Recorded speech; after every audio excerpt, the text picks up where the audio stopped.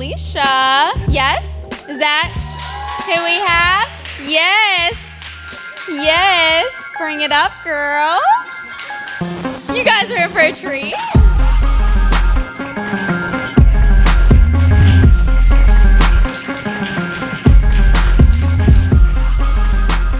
Hey everybody, my name is Alisha. Before I get started, I would just like to say that I am also a teacher here at CMS, and I got a lot of my teacher friends out there in the audience, so big ups to you guys.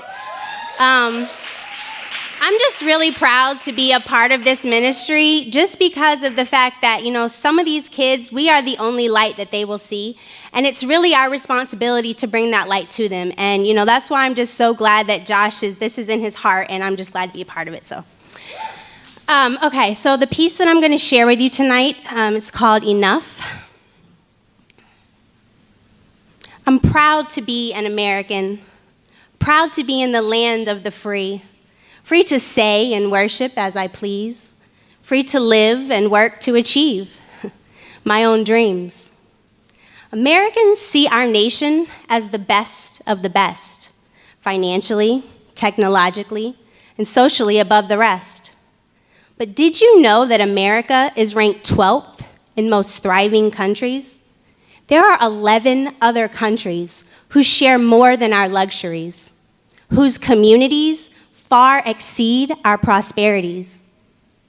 It's my opinion that the reason for this is because for us, enough, it's never enough. The Bible even says, whoever loves money never has enough. We're so focused on living the lavish life that we look at simple financial security with distrust. We're too selfish to give to the poor because we look at shiny new things with lust. Because for us, enough is never enough. We overfill our plates with more food than our stomachs can take, rather than only eating enough and only taking a piece. No wonder 66% of our population is considered obese. The disciples even wondered if they had enough with 5 loaves of bread, rather than trusting in Jesus to provide instead, because what they already had was enough. There are nations out there with no clean water, or must walk miles and miles to get just a quarter of what we in America flush down the toilet. We have water fountains to play and throw coins in, swimming pools and massive tanks to watch fish swim, causing Los Angeles to have dry riverbeds that cars park in, because we have no idea what it feels like to have just enough.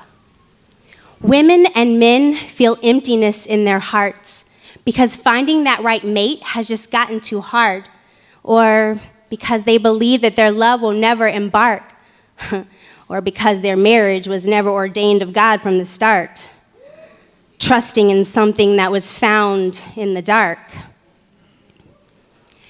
trying to fill that void in their life with idolatry things, multiple partners or multiple wedding rings, never realizing that that would never be enough.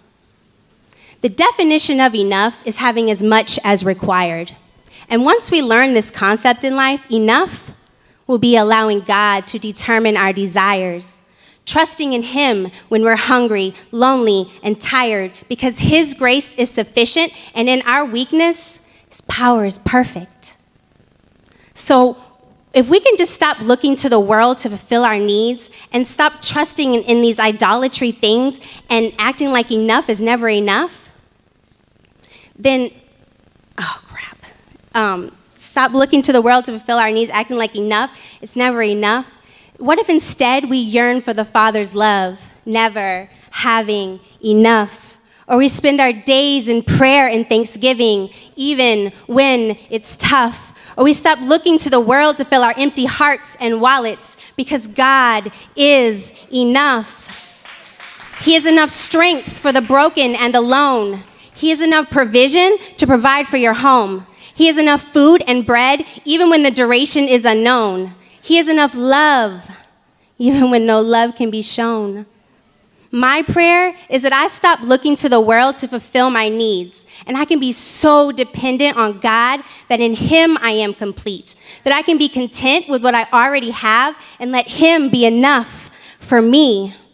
And my prayer for this nation is that they can learn what abundance feels like, not of material things, but of Christ, and that they can learn what it feels like to have just enough and feel safe and content wrapped in the Father's love, because with God, love is enough.